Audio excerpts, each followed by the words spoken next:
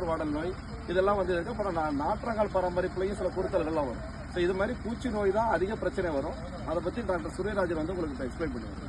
அதுக்கப்புறம் ஒரு செயல் விளக்கு வந்து இந்த வெள்ளையை வந்து இயற்கை வெள்ளையை பொறுத்தவரையும் வந்து ஒட்டுண்ணியை வச்சு தான் நம்ம கண்ட்ரோல் பண்ண போகிறோம். ஏன்னா அதுக்கு வந்து மருந்து அடிக்கிறது கிடையாது. இப்போதைக்கு ஒட்டுண்ணி தான் விட போகிறோம். அதாவது என்கார்ஷியான்னு ஒரு ஒட்டுண்ணி இருக்குது. சார் செஞ்சு காட்டுவாங்க. அதை அந்த என்கார்ஷியாங்கிற ஒட்டுண்ணி வந்து நம்ம தனியார் ஆராய்ச்சி நிலையத்திலேருந்து எடுத்து கொடுத்துக்கிட்டு இருக்கோம். ஒரு பாக்கெட்டில் 10 இலை துண்டு இருக்கும். அது வந்து 13 ரூபாய் தான் ரேட்டு.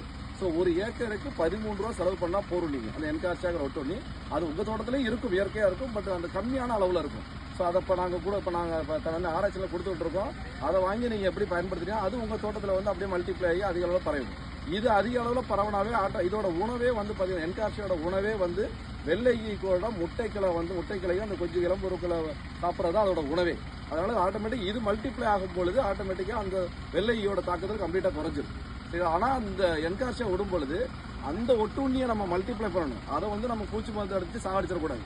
அதனால தான் இதை பயன்படுத்தும் பொழுது எந்த ஒரு ரசாயன பூச்சிக்கொல்லி மருந்தையும் பயன்படுத்தக்கூடாது. அவ்வளோதான். ஸோ இந்த வெள்ளையை வந்து இயற்கை முறையில் ஒருங்கிணைந்த முறையில் எப்படி கட்டுப்படுத்தலாங்கிற பற்றியெல்லாம் அதுவும் நோய் எழுவதை பற்றி சார் வந்து எக்ஸ்பிளைன் பண்ணுவாங்க. தேங்க்யூ.